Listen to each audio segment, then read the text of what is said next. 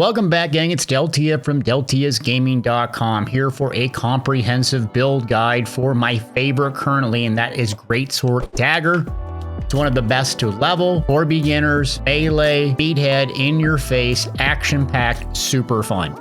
So I'm going to break down a bunch of various components of the build in a long form way to go through and explain to you all the different systems that make you powerful in your build. So let's get started with the weapon choices and what makes them strong and why you should use them. So as a beginner, I like Greatsword in my main hand with Dagger in my offhand. The reason why is Greatsword is a very fun, easy playstyle that has a gap closer. It has very good passives that increase your health and give you a little bit more damage based on your max health, and it has stuns. So you're going to be tanky passively just by getting a bunch of max health, and you're going to have one specific ability, Da Vinci's Courage, that's going to increase your max health and health regen along with attack speed. So it's simple to play, it's combo oriented, doing a 1 and 2 kind of combination 3 or 4 different ways. It has great AoE and or single target depending on you put the skills on your bar.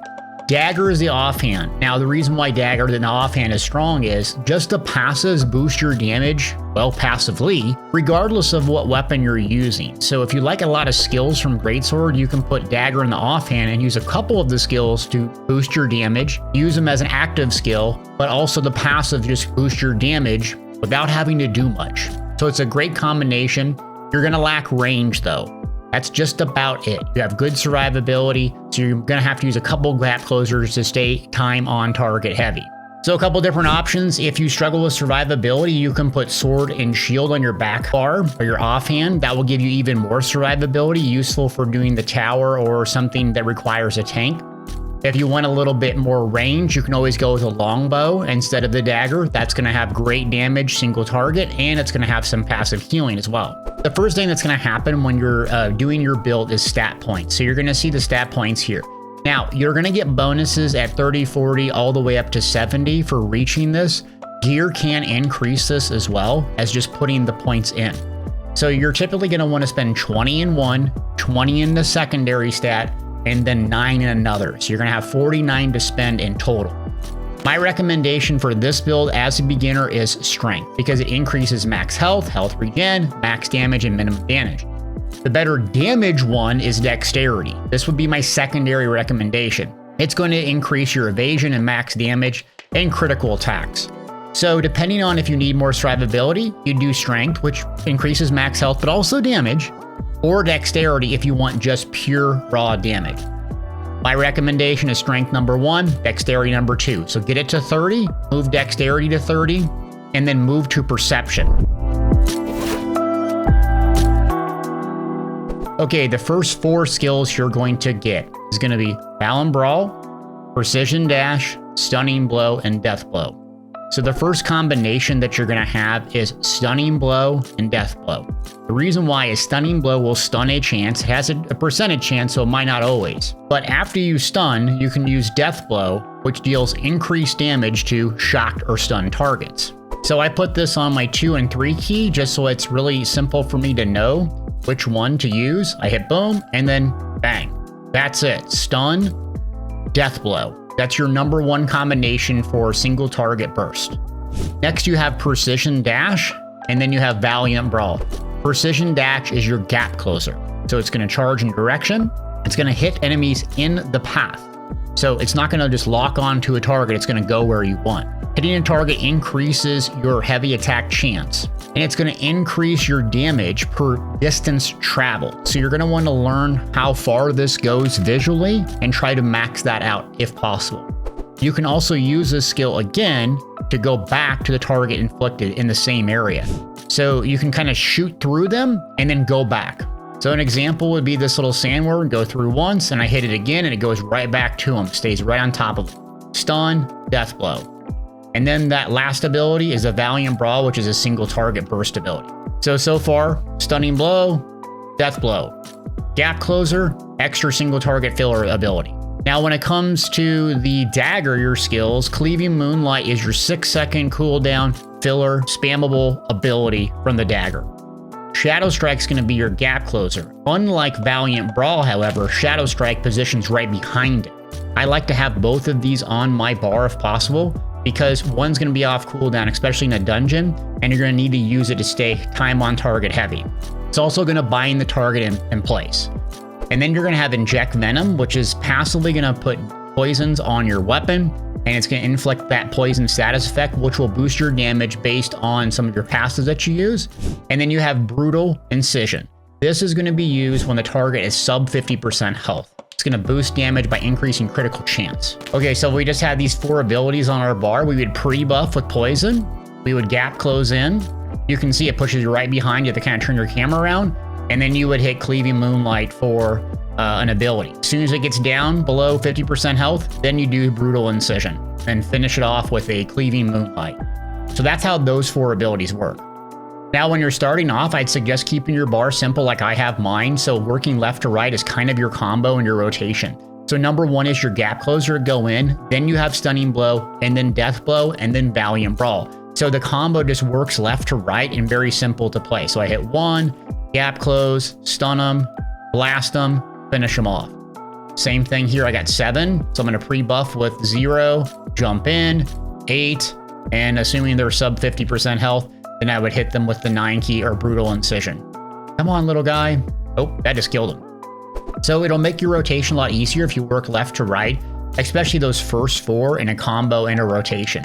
And building the muscle memory of your gap closer button. Keep it in the same position so you can start building that muscle memory. Okay, as you progress, you're going to unlock more and more skills, obviously. So you're going to unlock 2 by level 15, which is going to be Da Vinci's Courage and Giga Crash.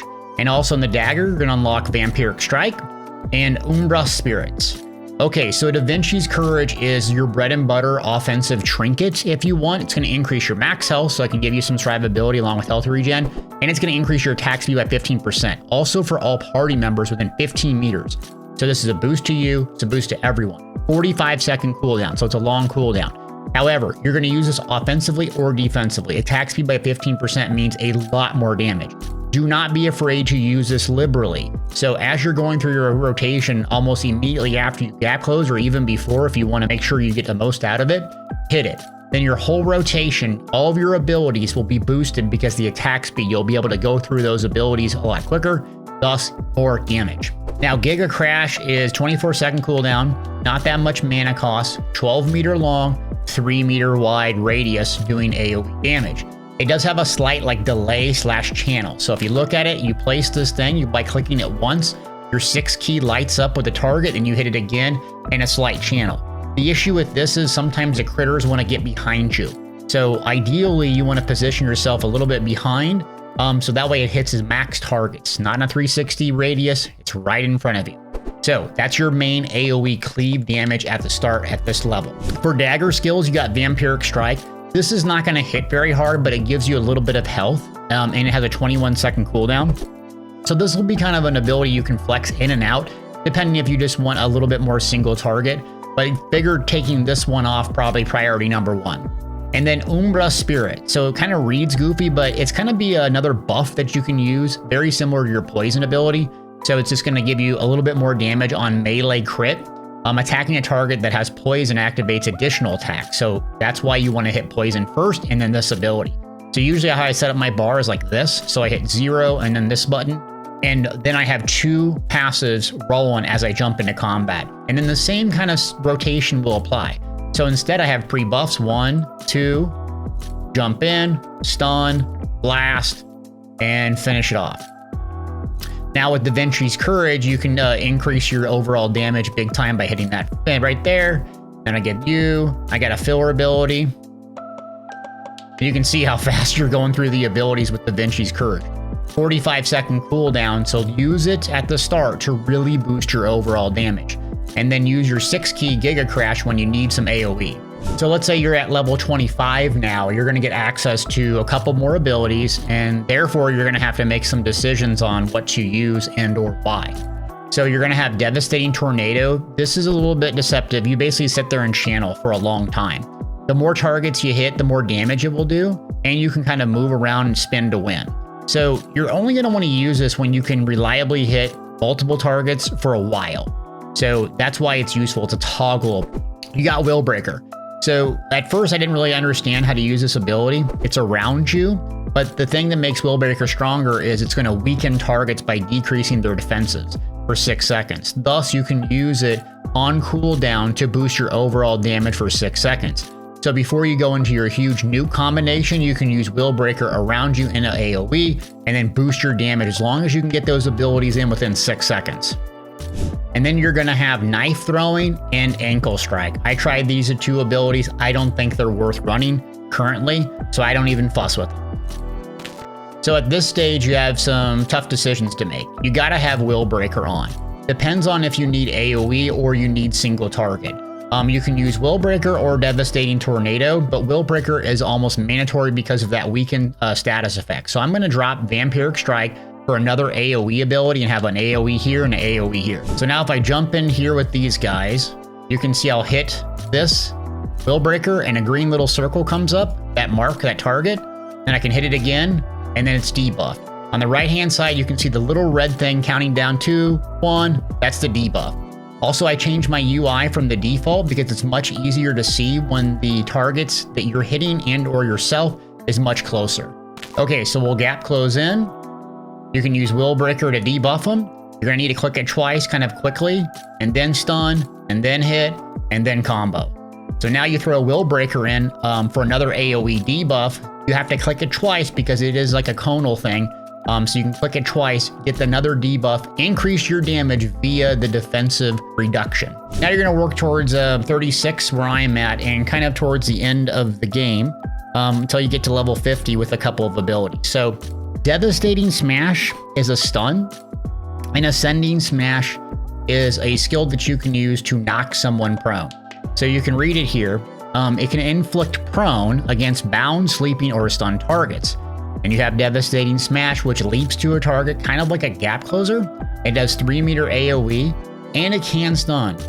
42% chance, so it's a bit low, but for 2 seconds. So you can already see the combo unfolding is you have this as a gap closer that leaps in, stuns them, and then you can use Ascending Slash to knock them prone. However, it's very hard to drop skills on our bar with our current loadout because we have everything we need.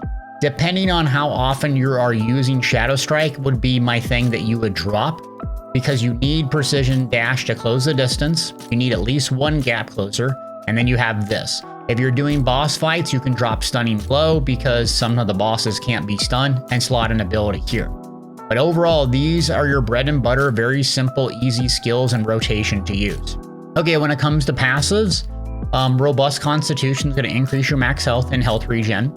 And then Vital Force is going to increase your hit chance, skill boost, and stun chance based on your max health.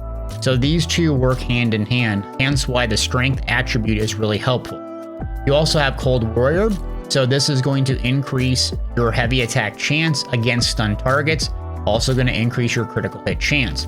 This is why stuns are so important due to this passive. So health and stuns is why we use the stats and or skills that we do.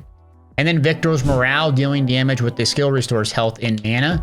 This is helpful, especially if you're using Spin to Win, because every time it's ticking, it will generate a little bit of health and a little bit of mana. This is your flex if you want a little bit more damage via poisons. You also have Raging Frenzy. It's going to increase your skill damage boost when 3 or more targets are within 5-meter radius. This is mainly for mobbing when you're up close and personal and a bunch of critters are around you. Flex it in or out if you're doing more single target content. Then you have the daggers, so Assassin Step. This is useful when you're killing little critters to get mana. Mana is used for every single skill that you cast and movement speed. This isn't useful in a boss fight, but it is very useful when you're just questing and mobbing.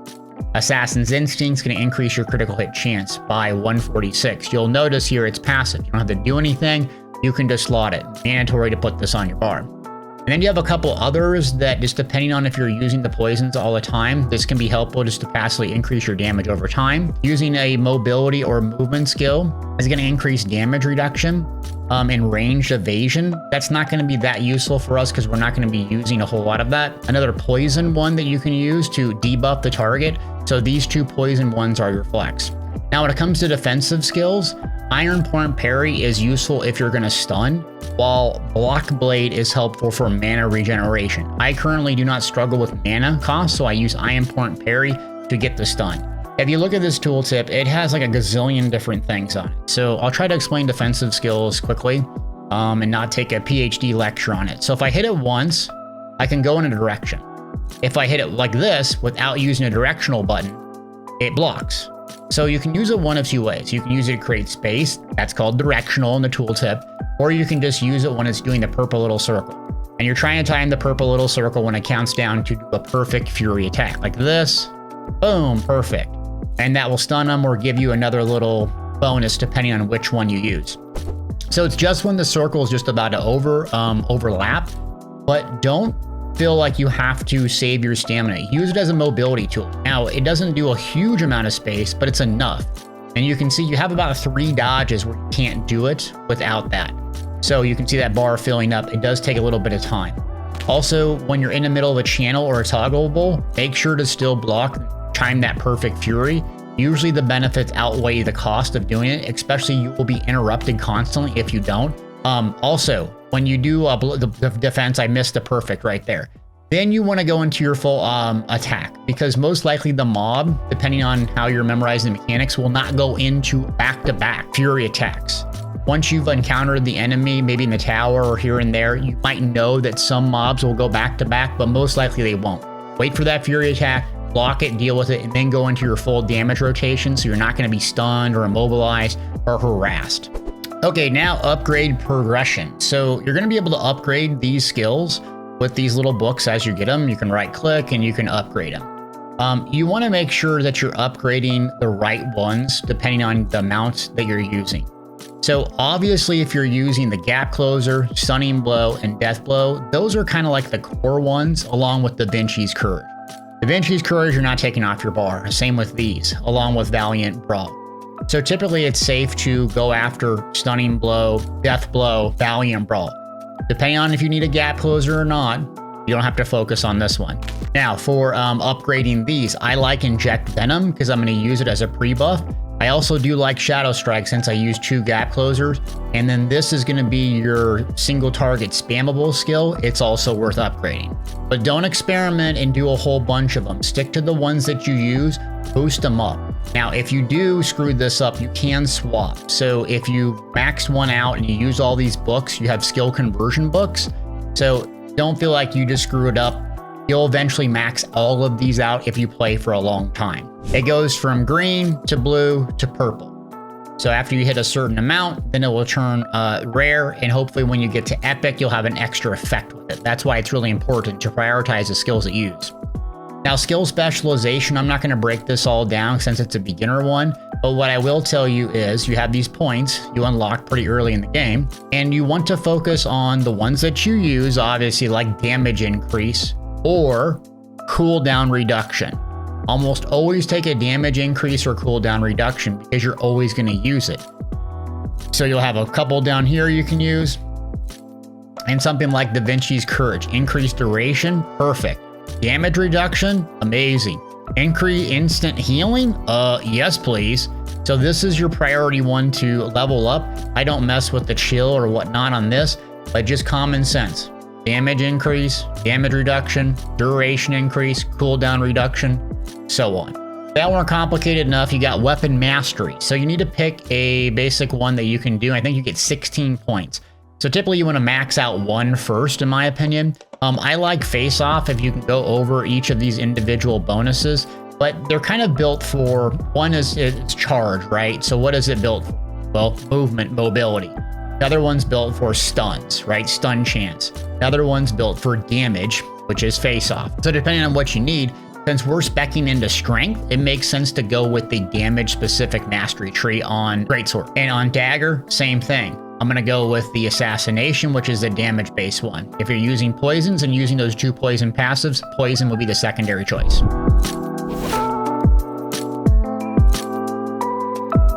Now, Guardians are going to be kind of like your ultimate ability. So I just unlocked mine, and I haven't been a very good boy and went and acquired her. She is going to be the one you're going to want to go to. Creates a huge shield based on your max mana, and cooldown speeds 40% while the shield is up. So you're going to have this compared with Da Vinci's Courage and absolutely melt targets. Your attack speed and your cooldowns will be up. So if you get how to acquire, it will tell you. Demon's Test. Okay, I have to go to this waypoint. Even if you're lower level, you can just kind of YOLO over here and get this quest and complete it and unlock her. It will be really, really nice survivability boost for you. And then take the training wheels off. So if you don't need as much survivability, you can get other ones that do even more damage. This one will bind targets, very helpful. And this will be the best burst damage one, launching 5 projectiles at random enemies within 10 meters.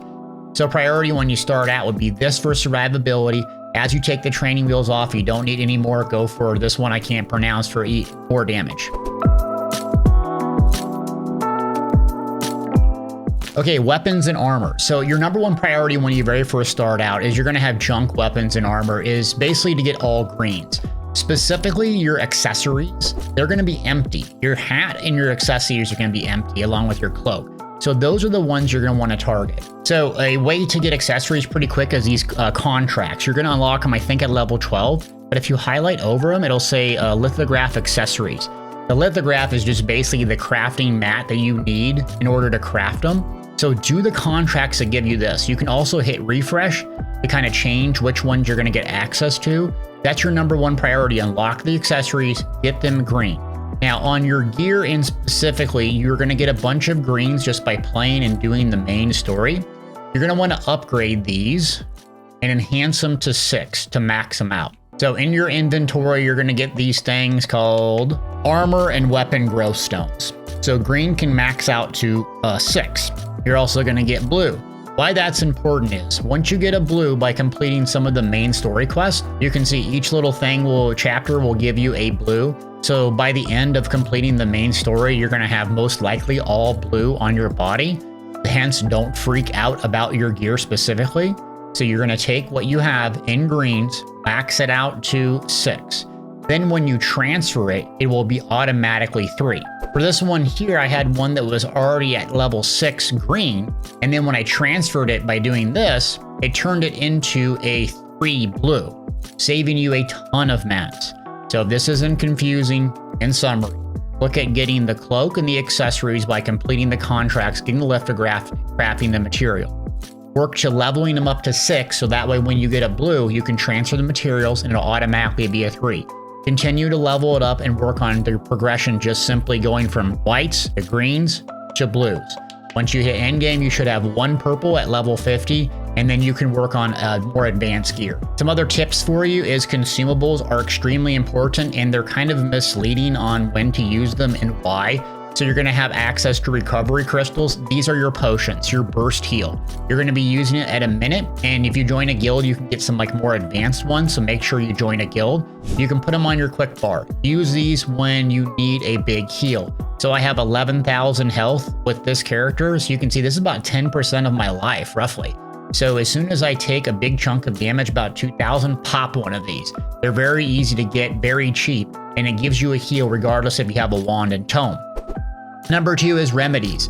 These are going to be also trinkets. Their duration, 24 seconds, damage dealt 20%. So as you can see, you can hit this in Da Vinci's Courage along with Willbreaker and absolutely unload for a few seconds while this is active. It's on a 2-minute cooldown, so you want to pop this during the beginning of your rotation along with Da Vinci's Courage to get that huge damage boost. Always make sure to use this. Speaking of damage boosts, I can't pronounce these things, but you're gonna put this on your quick bar right here, and it's gonna be weapon damage plus 10%. All these 3 little things will make a humongous difference in killing stuff. Yeah, World Tree Leaves. These as well, these will heal you via the Moti or whatever the heck they're called. So it's gonna give you a slight heal, but that passive heal combined with the recovery crystals, combined with the increased damage, do not sleep on these items. Also, you're gonna get the ability to cook, which takes a little bit of time to unlock and fully go. You can see here, I'm gonna get these selections that I can make and use, and I put my mouse over all hit chance, critical hit, PvP 1, defense, boss hit. Okay, well the logical one just for mobbing is this one, and I'm gonna take it. And now I have a little buff on me. All hit chance 60 and all critical hit chance plus 60. So do not sleep on consumables, especially at a beginner. Always roll a food. make sure that you have the world tree leaves, make sure you have these Delarites or whatever they're called, you have a potion, and you have an attack remedy. And then use them on cooldown when you can for extra damage, defensive, and survivability. Survivability comes from either Da Vinci's Courage, which is going to boost your overall health and health regeneration, but passively you're going to get World Tree Leaf Healing. You should actively take recovery crystals when you can, and just work through damage.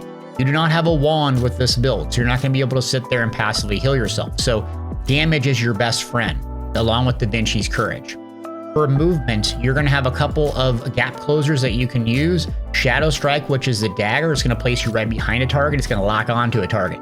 Or Precision Dash, which is going to charge ahead, and you can activate it again to go back. Those are your two movement abilities. Use them back to back if you have to keep your time on target high. You should always be targeting someone and hitting them even with light attack to keep your damage high. Your damage combos, there's a bunch of them, but the simplest one is Stunning Blow into Death Blow. Follow that up with Valiant Brawl as a filler single target damage. Use Will Breaker to lower and or weaken those defensives. Start combat off with Inject Venom and Umbral Spirits before you jump in to passively boost your damage. And then when a creature is sub 50% health, use Brutal Incision to finish it off, and use Cleaving Moonlight as just a single target filler. The most important debuff that you can do with this build is stuns. So that usually comes from Stunning Blow and other skills. And then also the second one is Poison. Depending on the passive skills that you use will increase your damage using both of those status effects.